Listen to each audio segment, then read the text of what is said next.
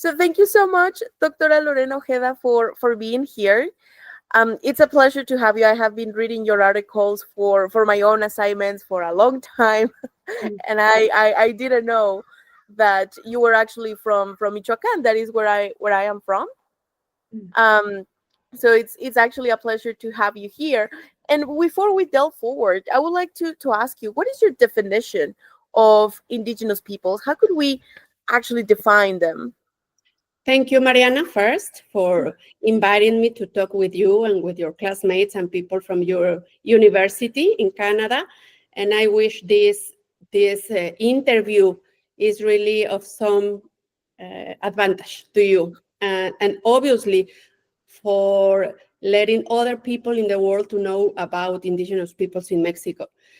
So I think my own definition couldn't be another one that the definition that peoples, Indigenous peoples or people who is originally from Mexico use for themselves. So it's people who were born at certain places in Mexico City since pre-Hispanic times, that they have some roots in some region in Mexico since pre-Hispanic times. Let me say that, as you are aware, of course, that this word of Indigenous peoples or Indian peoples were these words were not appropriate or are not appropriate in terms of how they see themselves. No, this is a word that was imported and mistakenly imported, no, because when the first conquerors arrived to Mexico, they thought, or not the conquerors, but the people who encounter or who first arrived from Europe in this colonizing or discovery enterprise, believed that they were arriving into another place. So they started to call people from Mexico or from what now is Mexico as Indians or Indigenous peoples, referring to India or to some place in Asia. So most of Indigenous people don't like to be called like that now, and they prefer to use pueblos originarios, right? Like originary peoples from some place in Mexico. So that would be my definition. People who belongs and who were born in a certain place in Mexico, in what now is Mexico, and that they have ties, very ancient ties to that territory and that space. Thank you so much. That's a lovely definition. I couldn't agree more. So thank you. And now, why have you chosen to study them? Well, that's a very personal question in the sense that I am a historian and I studied the BA in history in my home university, that is Universidad Michoacana. So I studied there and now I work there as a researcher, even though I am a visiting professor in Yale University for this year. But that's my university. So I started to do a very boring kind of history, like a history of 19th century centralism, like political system or administrative system in Mexico. So that's very boring. And then I started to learn some languages. Among them was Purépecha language. And my professor was super important, Tata Alberto. He's passed now, very sadly, but he had a long and very blessed life. And he took us, like the students, to visit some of the villages in Michoacán, around Lake Pátzcuaro. So when I started to listen to the language and to see how rich the culture was, like in terms of obviously the first thing you see, like the traditional clothes of Purépecha people, their language, the food, and all the ritual, like all the ritual behaviors that they have with Tata Alberto, who was not only a very respected member of the Purépecha pueblo, but as well he was a teacher, very respected, and he was a godfather of many people there, like the padrino. So they were super respectful to them. So, for example, I remember that we, as students, we brought some things for the family, and all of them were super grateful to us, but they took, for example, some like blankets that we brought, and they were like making some reverence to the gifts. And I said, well, this is completely different from what I see in Mestizo Mexico, where people maybe they could be grateful to something that you bring to them in a party or to their houses, but it's super different, and you know that. So Yeah. then I was invited to some ceremonies, like for some I don't want to use the word party, but like these traditional but very very joyful ceremonies, and at the same time very sacred ceremonies. For example, when there is the patron saint festivity in a community, and they make food for everybody, so for thousands of people, literally, and you go there and they receive you at their homes, and they feed you, and they dance with you, and they invite as if you are a member of the community and of the family. So it's a complete different way of behaving, of receiving people, of being, I don't know if the word is reciprocity, reciprocate? How do you say? I think it's reciprocity. Yeah, the word, when you are in reciprocity to others, right? So, and that's completely different. And people, for example, they do their jobs for the community, but they don't expect to be paid.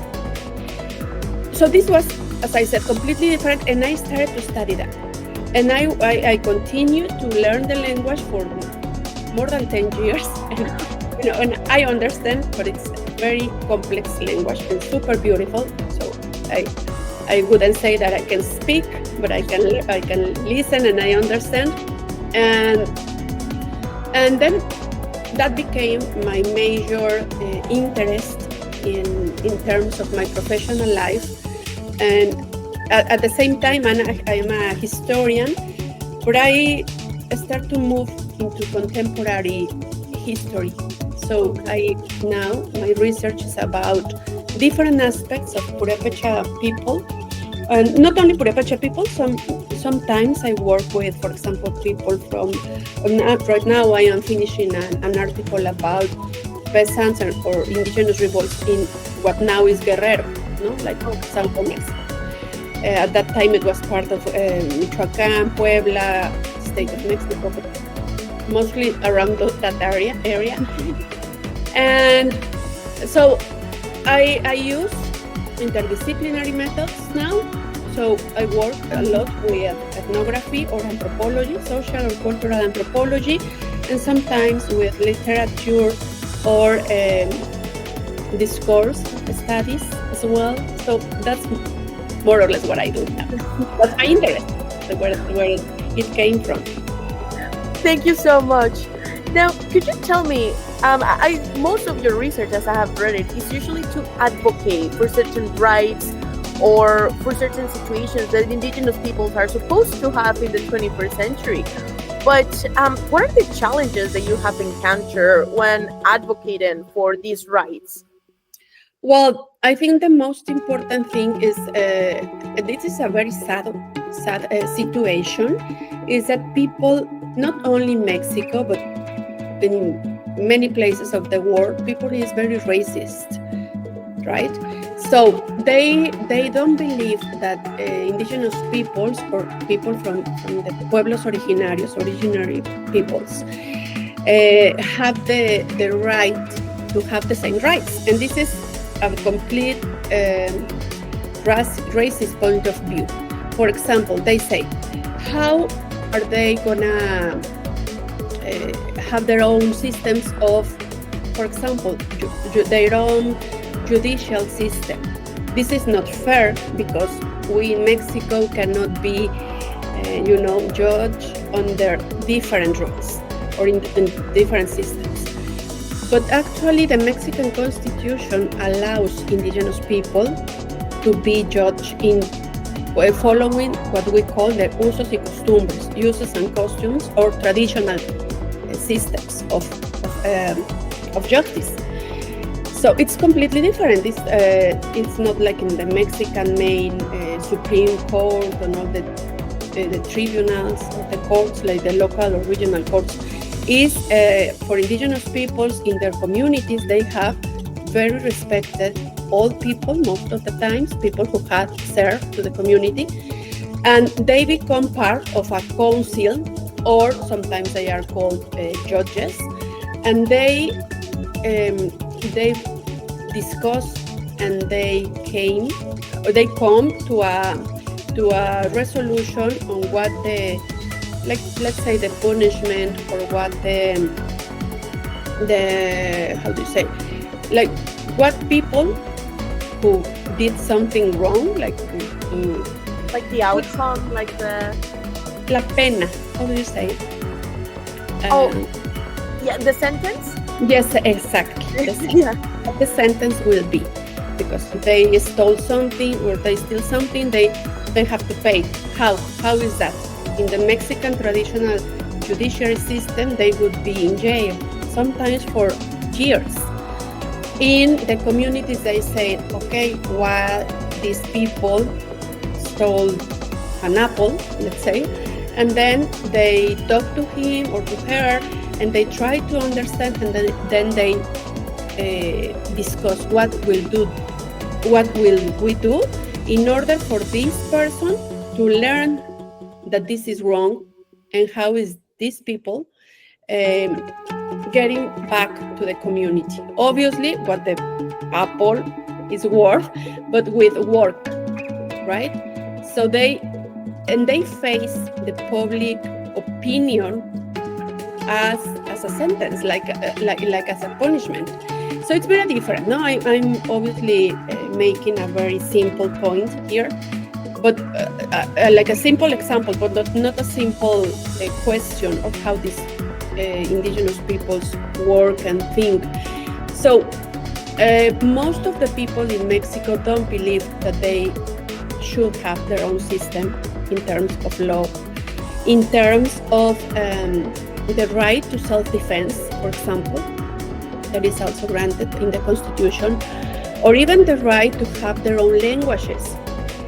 And you know that in Mexico, not only in this, the history of Mexico, but let's talk about recent contemporary history of Mexico. Like after the Mexican Revolution, there were a lot of programs in order, as they say, to civilize the Indian. So they want to assimilate indigenous peoples into the Mexican nation, and to do that, they should go to the school. But the school should be in Spanish, so they cannot teach or learn in their indigenous languages. They should observe all the Mexican or the most nationalistic practices, right?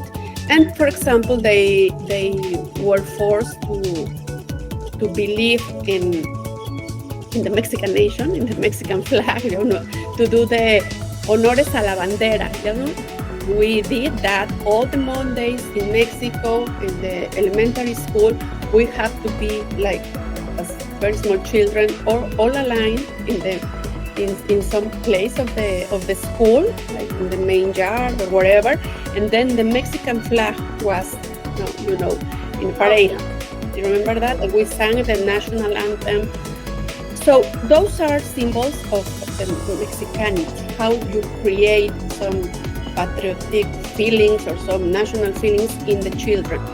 So when they do that, in order to create a Mexican nation, they were at the same time forcing indigenous people to forget their own languages and then their own pertinence to some community that behaved and thought and had a very different cosmology and cosmogony as the rest of the Mexican people. So on the one hand, racism, on the other hand, public policies in Mexico that forced indigenous peoples to incorporate into the Mexican civilization, whatever it is, and forget their own particularities.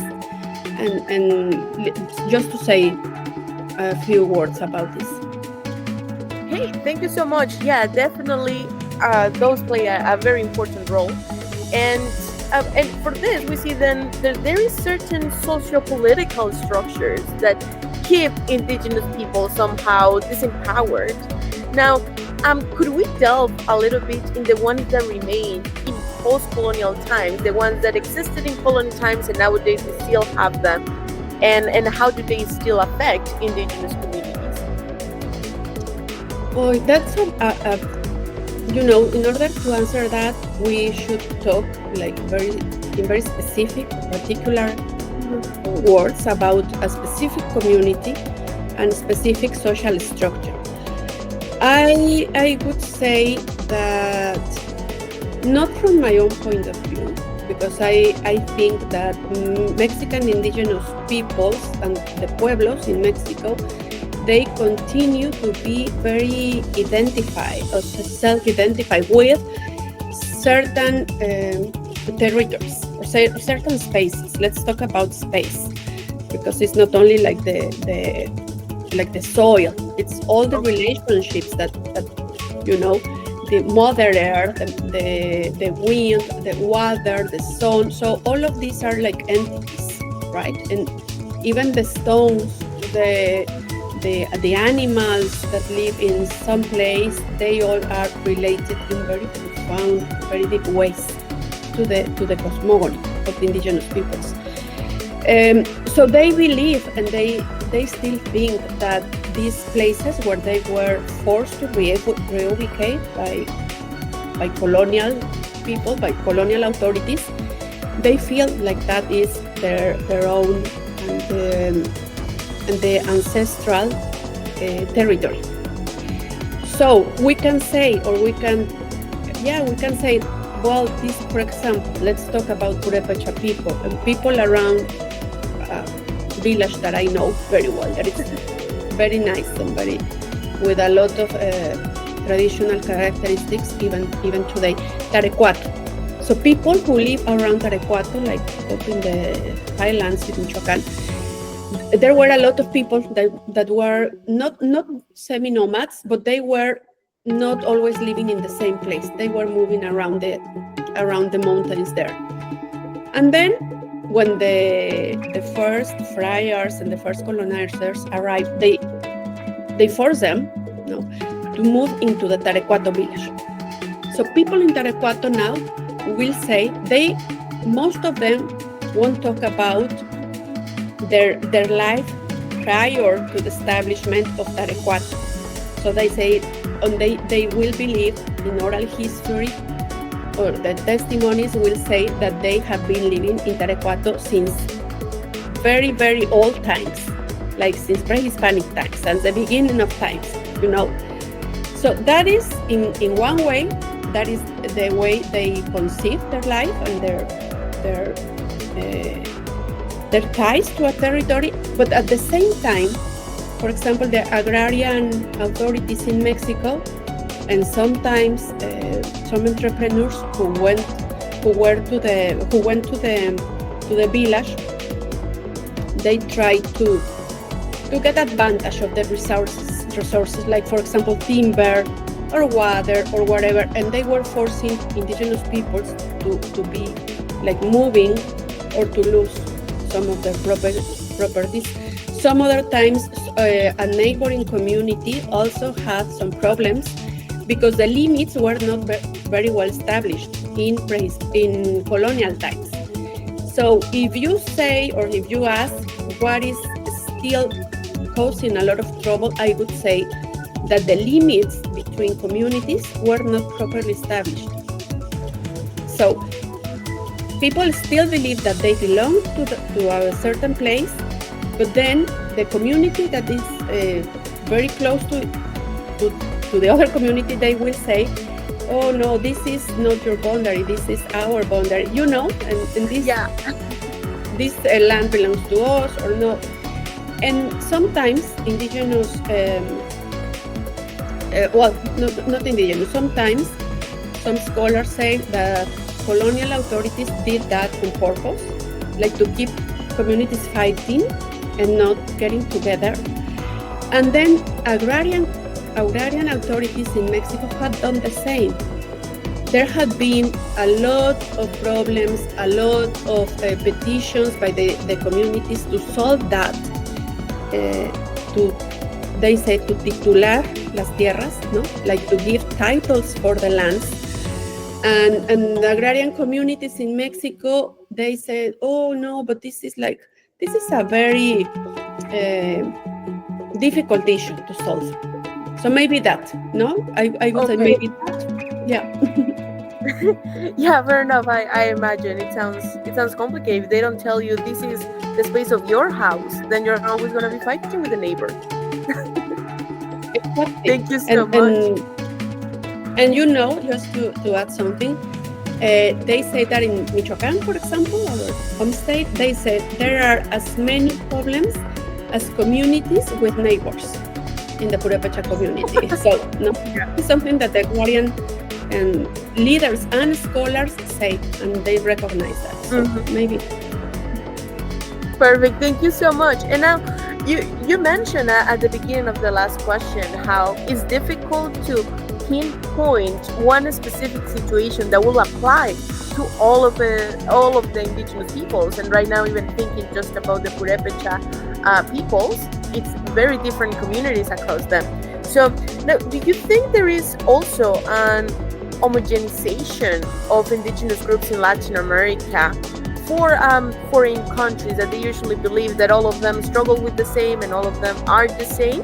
And if so, is there any consequences for that? Well, actually, let me tell you some things that I think about this. All the public policies in Mexico have been trying to make indigenous peoples not a unity, but to incorporate, as I said, to the Mexicanity, no? Mm-hmm. To force them or to invite them, to the best of the cases, to become Mexicans, and that is to think as Mexicans. And what does it mean?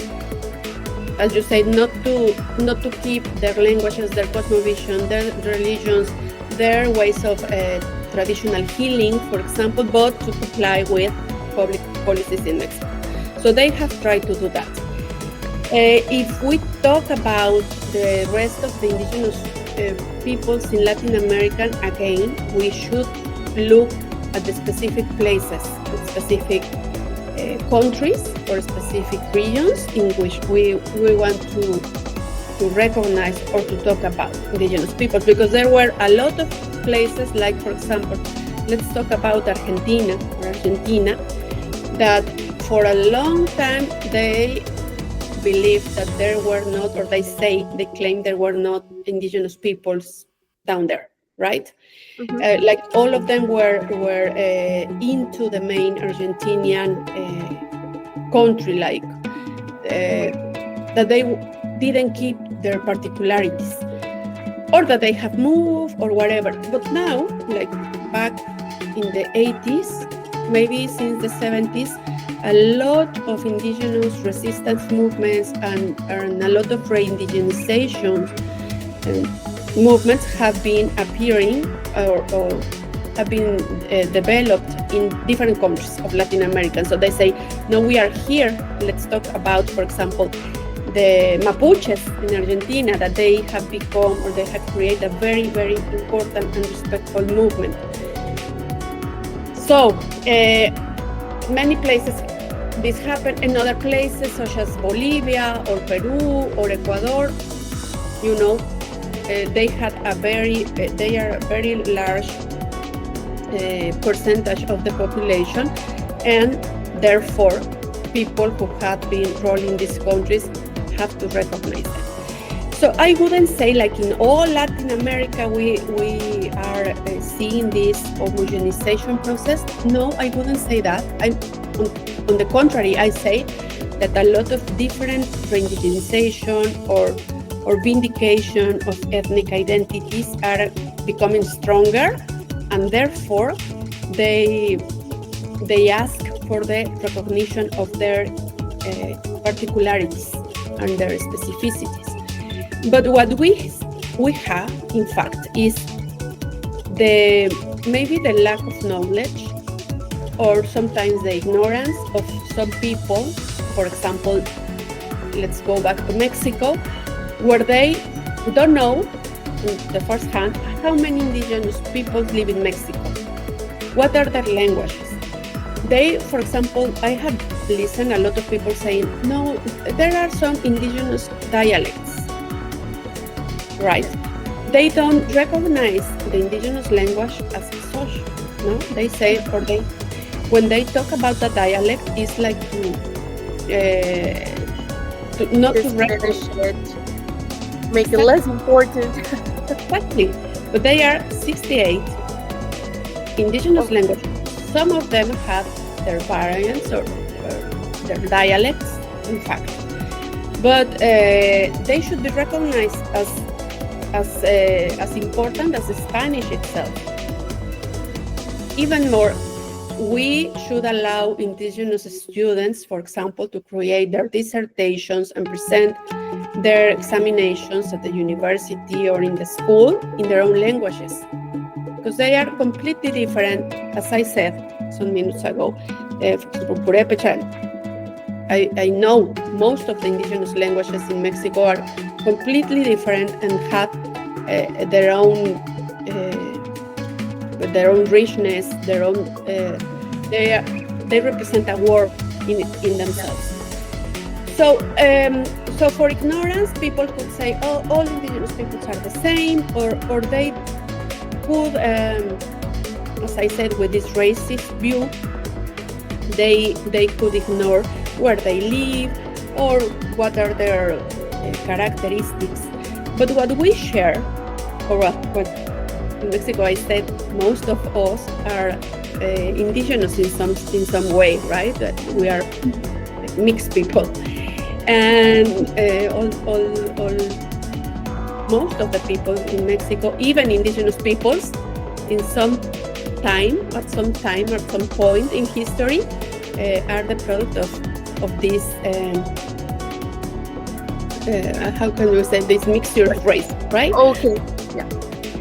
But there is a very interesting book about Guillermo Bonfil Batalla. Well, by Guillermo Bonfil Batalla, that it's about it's called Mexico Profundo or Deep Mexico, Silent Mexico. That's the title in English. And he talks in some part of this book about these shared characteristics of indigenous peoples in Mexico, like, for example, food. No, I know you are interested in food, like the importance of maize, the importance of the cycles for harvesting and the agricultural cycles, some views of the universe, of the religiosity. But these are like just general trends, and then you have to go and look closely to find out the particularities. And well, the last thing I will say is that when I have been teaching indigenous movements in Mexico, or most of the time I have taught this course twice in the US, and sometimes the students, either if they don't come from a Latin American country, but from other countries, they will have maybe some general ideas of indigenous peoples. And then when we start to read more and to discuss more in the course, they are surprised of how different all these peoples and all these cultures are, and how rich all of them are, you know. Okay, thank you so much for that. And actually, drawing from your work, Purépecha women and textile work, so you explore how younger generations of Purépecha women have had an impact in how the market works for them, especially globally. But we also see, on the other hand, these fast fashion brands that can produce some indigenous cultural elements, put it in their clothes and produce more to sell it cheaper. So, but from this, what do you think will be the role of these indigenous women when it comes to this cultural appropriation that they face from fast fashion? Well, in regarding to that, I know that there has been a very strong movement by I would say most of the times, but young women, like, well, young to me, maybe not so young to you. Now people maybe between or 40 years old and less, that they are creating. Sometimes they are themselves like the creators of textile works, the artists, and some of them have been creating some cooperativas, right? Like Corporations, like some. yeah, like some unions of art, of women artists. Let's say like that. But they help each other, and then they discuss what is happening with our culture, what is happening with our iconography, and why some people is like some designers are appropriating our symbols. And in Mexico, at least, they have been talking to the people from the Minister of Culture or people from the Indigenous Affairs minister or office. It's not a minister, it's an office. And some of them have been helping Indigenous women to make a representation and to make a claim. And I think it really depends on the situation that we want to focus on. But some of them have been very successful, and at least they have prevent people like designers or these big brands for making an inappropriate use of their cultural symbolism. And for example, in the Minister of Culture in Mexico, I think some years ago, like maybe 10 years ago, they started to create a list with all the, like a register of the symbols and the different iconographic symbols of all or most of the indigenous pueblos in Mexico.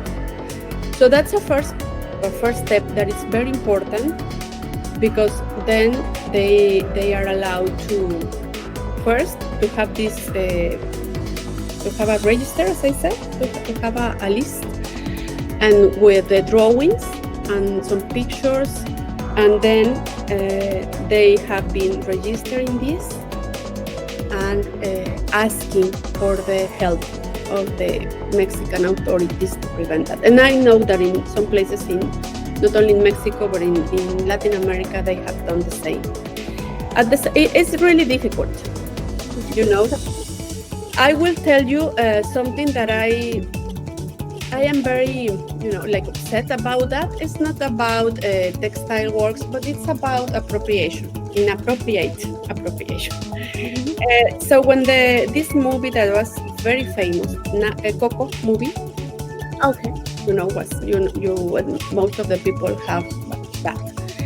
So this movie was about the Night of the Dead in Mexico. No, it was inspired in the Purépecha village of Santa Fe de la Laguna. The church there, it's exactly the same that appears in the movie. And the lady, Mama Coco, the grandmother, she is inspired, or her character is inspired very clearly in Nana Salud. Nana Salud just passed, I think last year, or maybe 2 years ago, like very, very old. She had like more than 100 years, like 107 years, something like that. But then when she needed some help for medications and that, and the family was poor indeed. So they helped people from this company, Hollywood company. I think it's a Hollywood company, create the movie. And then they didn't receive, don't talk about money. they didn't receive even the recognition that the inspiration came from Nana Salud, from the village. And I read an article or an interview from the director of the movie when somebody asked him, are you gonna help Nana Salud because she's getting sick and she needs some help and she wants the recognition? Because for her it was really important, maybe for her and for her family. And he said, no way. She was not our inspiration. But just see the pictures, and you or people who read or watch this can look for just Google that. Nana Salud or Mama Coco, and it's exactly the same.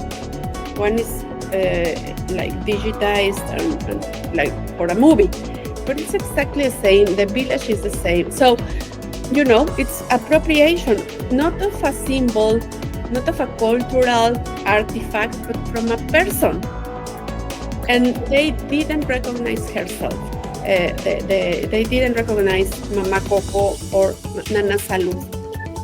So I think that's sad, and that's very, very inappropriate, and that's not fair at all. Yeah, absolutely. It's I actually heard the story. I think I saw it on Facebook, a comment about it, and I have another classmate that is doing research specifically about the Coco movie.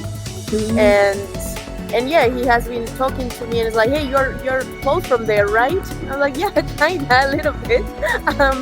So yeah, he was like, have you heard this? This is crazy. This is outrageous. And indeed, you're like, we can see the similarities of the story. It's not your story, and you definitely monetize it. And big, it's a really famous movie, and Pixar is a well-respected movie production, right? So you wouldn't expect those behaviors from them, but sadly, that's what we have. Exactly. That's very, very sad. Yeah, I think maybe they could only recognize her. But I think if they make so many millions or billions of dollars or pesos or whatever, they could share a little bit with the people who really is in need and who serve as an inspiration. So for me, it's completely unfair. And this is what I wanted to talk about this. And you can find a lot of examples, like this in the different places in Latin America. Thank you. Actually, now that you brought it up, do you mind if this section where you mentioned the Coco story, do we share it for another article? No, that's great. No, I appreciate that. And actually, I hope to have the time soon to finish an article about that. Okay, that's perfect. Thank you so much. Yeah, thank you. And also now we talk about clothes, we talk about stories, and I'm talking about cuisine. I read your article with Dr. Davila and on the traditional indigenous cuisine of Michoacán. And you explain how the tarascos play a really important role in what we know as the Mexican cuisine nowadays. So with this, what is your perspective regarding the fusion of elements of Mexican cuisine with other international cuisines? And is there a benefit or a direct affectation to indigenous communities when we have these international fusions? I wouldn't say there is like a direct benefit nor a direct damage, because it really depends on what example are we talking about. But let's say what I mean is this: if indigenous cuisine in Mexico is known in some other places, that's good. And I mean that's good because that's a celebration of what we have in Mexico and in Michoacán. Just a very silly example, but for example, every time I travel, and now that I have been in Yale, and I did a lunch the other day with my colleagues from the CLAYS, the Council on Latin American Studies, and I brought some uchepos from Michoacan. My pride, no? And it's like I carry everything, or mole, or sometimes tortillas. And people who is listening or watching or reading wouldn't know what a chepo is, no? But it's like the tamal, most delicious tamal in the world, right? Absolutely. So we are very, very related in cultural terms, in our mindsets to what we eat, no, as human beings. So if we have something that is really good and it is known and that refers to some place, I think that helps to respect, or maybe to want to know more about the indigenous culture that creates those different plates. What I don't like, or what I think is not fair, again, is when people use some technique or some ingredient and then don't recognize the indigenous community. And that's worse when they make an appropriation, or when they go and they get very cheap, like the ingredients, and then they don't recognize it. So when it's unfairness in a part of the process. But for example, in Mexico City, or in Morelia, in the capital city of our home state, there are some, at least I can think of 3 different restaurants in which the chef, it's a women chefs, they go regularly to the indigenous communities. They learn from and with the indigenous women who are great cocineras, no? They cook deliciously, and they are sometimes they are invited, or they create some project in order to create wellness or benefits for both parts. This is what I know and what I see, as I said, in these cases. So, for example, there is a very well-known chef that is called Lucero Soto. I really respect her. She has a very traditional restaurant, and it's like fusion, comida michoacana, or Michoacan food, with a lot of ingredients from the indigenous region, or in some other regions in Michoacan. But the name of the plates are recognize the indigenous technique or the indigenous ingredient, and she is creating a lot of projects with some indigenous women, and our indigenous women are invited to her restaurant to create a plate. And Cynthia from another restaurant there, she does the same. Cynthia Canel is her last name. So I think that's those are like synergies, like synergies, synergies between women.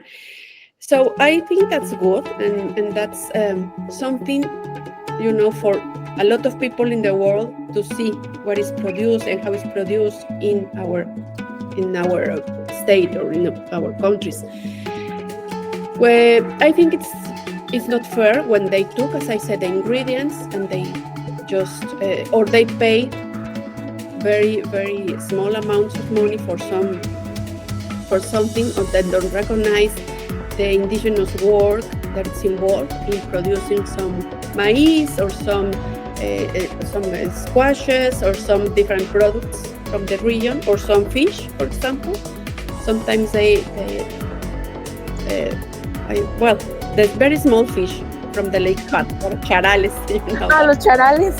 Obviously, they don't have a translation because they are endemic from the lake. But sometimes some restaurants in Mexico City, they buy this small fish, white fish, and some of them pay what is fair, and some of them just pay whatever they want, and that's not fair. So all of this, when people unite, and when people is working together in these communities in order to negotiate, in order to get a fair pay, then it's when outsiders start to, to recognize and to pay what is fair. So I think, as I said, these unions of indigenous women, these unions of with students and sometimes with different people from indigenous communities who discuss and think, and they made their claims to the Mexican state in order to protect. They are helping. I am a firm believer that these actions are forcing the Mexican state to protect them, and to allow them to have the recognition, a fair pay from their cultural elements and their knowledge.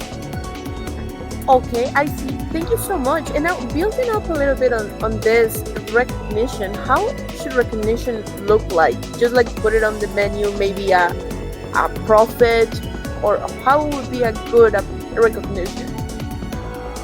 I think, well, first of all, to name is like the first recognition, and the first step for justice for indigenous pueblos in Mexico is to name them, to recognize them in their particularities. For example, in terms of gastronomy, if you say this delicious plate comes from that region, and not only from that region, but this is the recipe by this lady, by this woman, or by this grandmother. That's important. That's really important. And then if the ingredient or that type of maize or that type of vegetables come from the region, from the indigenous region, they should make a fair pay. In Mexico, it's very different from Canada, from the US, in which labor has a very important weight of the final price. No, if you get a service, then the service, for example, I remember I bought sometimes, or I wanted to buy a tortilla, and a tortilla in a restaurant that I went was, one tortilla was 40 pesos, like, well, now here is $2. In Mexico, you can get like 40 or maybe 50 tortillas for the same amount of money, because most of the times you will pay the masa, the maize, the preparation, but not the labor involved. So that's another thing, to pay what is fair, considering the amount of time that people invest in growing some plant, in going to fish, in creating a very nice blouse or piece of clothing. So I think that's important, the recognition.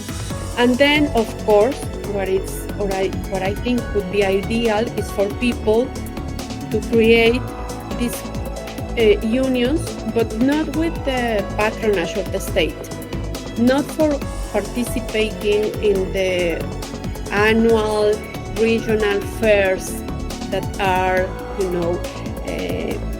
by invitation of the Minister of Culture or the Office of Indigenous Affairs or whatever, or how they are called now in Mexico. But I would say that if they create these unions more and more, like women who share interests, who share ideals, and then they start to sell what they produce, then it's going to be very good, and even every day is going to be better for them. And I know, for example, for textiles, I know of at least of 5 or 6 unions by women, like young women, who create this, and then they could go to the university, or they could go to the US to send or to sell what they create. So, but they are the rollers. They are not only like they create something and then somebody else will sell the product, but they are the owners of their time, of their creations, of their prices. No, they say, well, this costs X amount of money, and then they can also be advocates for indigenous rights. No, it shouldn't be always like going to fight or rising up in arms. Yeah. This could be also as a matter of resistance with the creation of the traditional clothing, the persistence of the traditional food ways. And then this is what culture really is. Culture is like what we have in our quotidian lives, right? Our food, our clothing, our ways of thinking. Okay, thank you so much for that. And well, I actually like this question a lot, because I would say it's my favorite piece of your work. That is a Mexican ethnic group dealing with its intangible cultural heritage, and the case of the Purépecha from Michoacán. And in here, you explore a very unique phenomenon that we see in indigenous communities. So these divergent strategies regarding to how to celebrate this indigenous heritage. That's what we're talking about, right? Either rising in arms or just or find another ways to show that resistance. And we see that while the CAPP supports tourism and talks about cultural preservation and economic development, the NAP usually rejects tourism, and it focuses on safeguarding their cultural authenticity and resisting these external interferences or influences. Now, from here, what do you think is the consequences of this disparity regarding in ethnopolicies inside of the same indigenous group?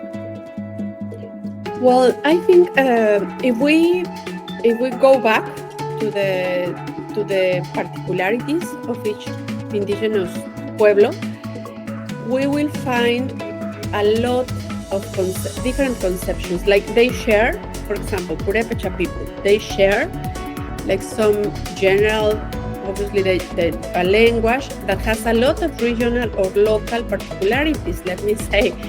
And then they share like some traditional dishes, but as well, they are very different from town to town.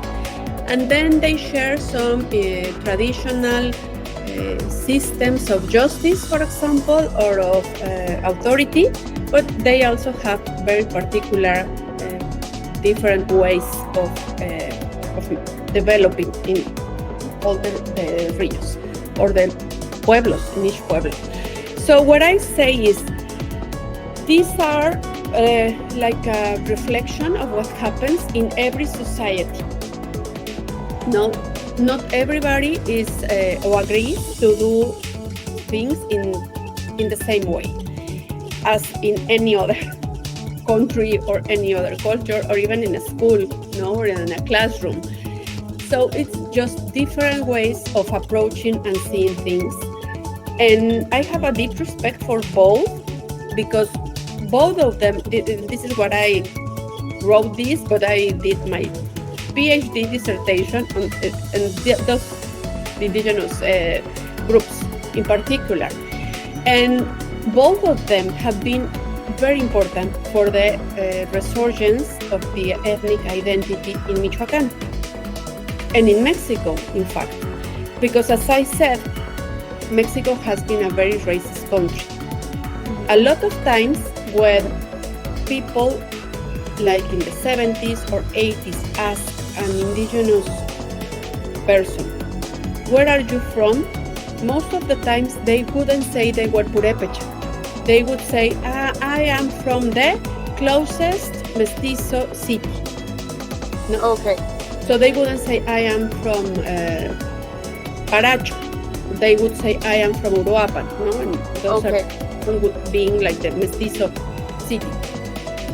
So that's very, very sad because they didn't want to speak their language in public. Sometimes they were, when they arrived or they wanted to take a bus, and then the driver said, you go at the, at the At the back back.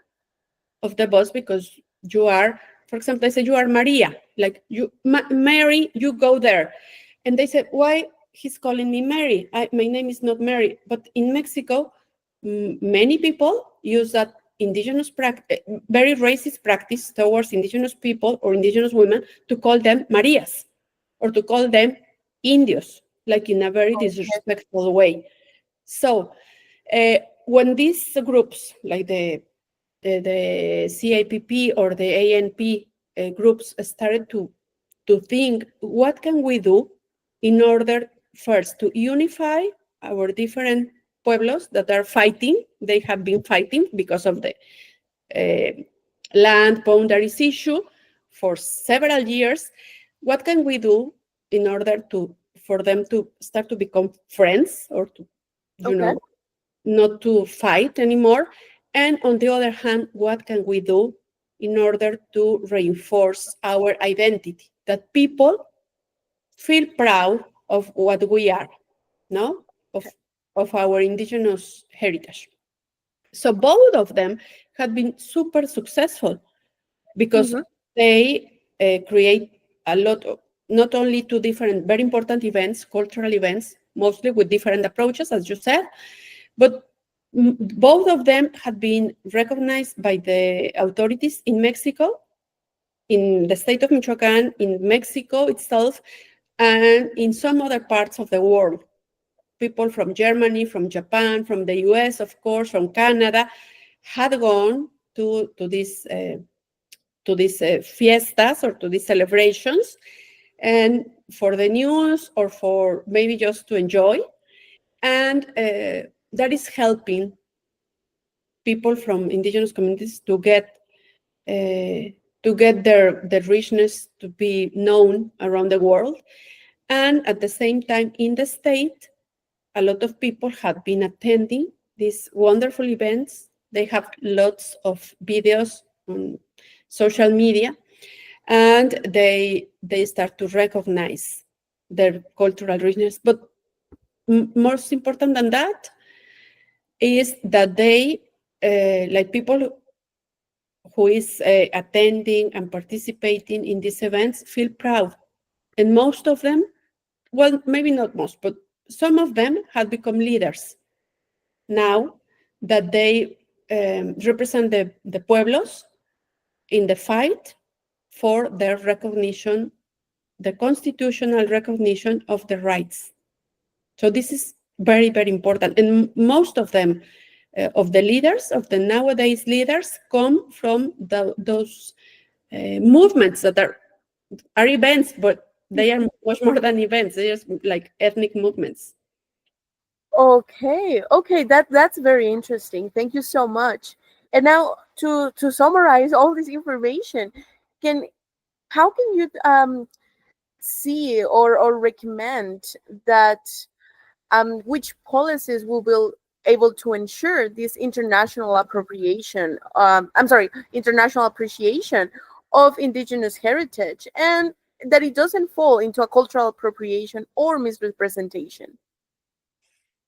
I think those maybe I don't know, maybe people from the indigenous pueblos or unions or whatever, they should, well, not they should. I think the best thing is for them to create their own proposals, right? How they envision the knowledge or the dissemination of their practices in Mexico or around the world. And I'm not sure that they always want to have that. And right? So sometimes they say, okay, we have this, and this is very, very, this is part of our cultural heritage, but we want to keep it for us. Most of the time, for example, they don't say that something they create is art. Let's talk about a textile. From our own view as outsiders, we would appreciate that. For example, a show, no, as a piece of art. And in the museums, for example, here, I just went to the American Indian Museum in New York, and I went to the same one in Washington, D.C., and these are work of arts for a lot of people. But for indigenous communities, sometimes this is not art. They even, for example, in Purépecha language, there is not a word for art. It's a word only for what is done. They use ukata. And ukata is something that is done, right? And then they say, no, this is not art. This is something we create for us, because when we are cold, we use this shawl to cover. Or we use this shawl to cover the Virgin Mary in a specific celebration. And then that shawl will be more beautiful, more, it will have like the best, like small, details. Okay. And so sometimes they don't want to be known in other places. Sometimes they, for example, the Pirecua as well. Pirecua is the traditional songs in Purépecha language, and it's World Heritage by UNESCO, as well as the Mexican food based on the paradigm of Michoacán and the Purépecha cuisine. But they said, okay, this is what we sing when we are, remembering some deceased ones, or this is what we sing when we want to be in a joyful environment. But we don't want our songs to be used in another circumstances. For example, one Pirecua was used in a very famous movie by Salma Hayek.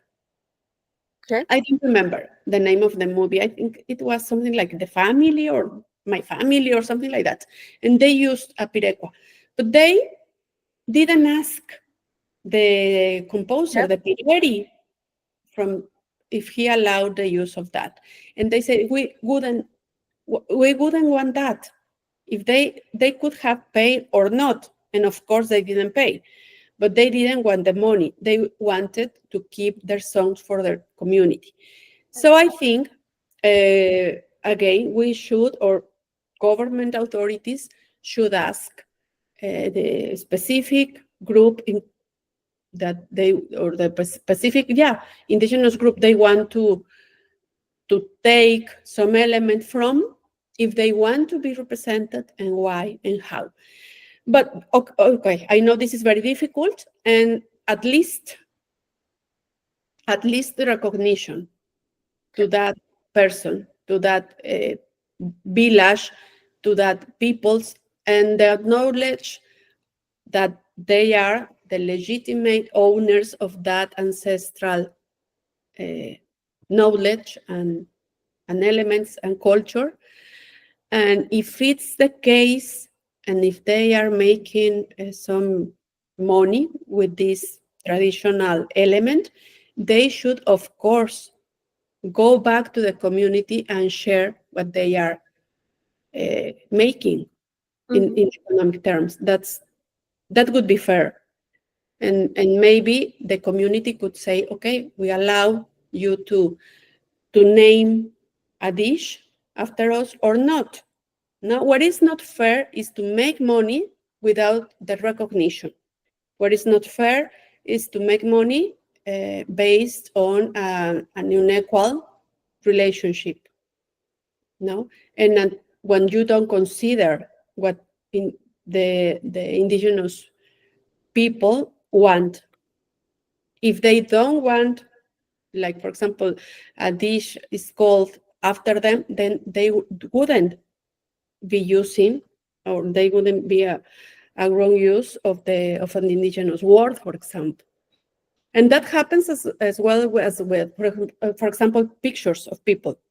There are hundreds of published pictures of indigenous festivities or whatever, without the recognition or without the permission of the people that is there pictured, to appear in that. So that's terrible. This is changing little by little. I know these are like very common practices, but these are changing now. And for example, in Canada and the US, you cannot publish and you cannot do research if you don't have the previous consentment of the people that is involved. And that's changing. And in Mexican universities, we are trying to change that as well. Like these are practices that we have to start to observe and to respect and to ask people if they really want that we make use of some testimony or some cultural element. And if they don't want, then we have to respect that. Yeah, absolutely. Couldn't agree more. Thank you so much for this. This was a lovely interview. You gave us a lot to work on.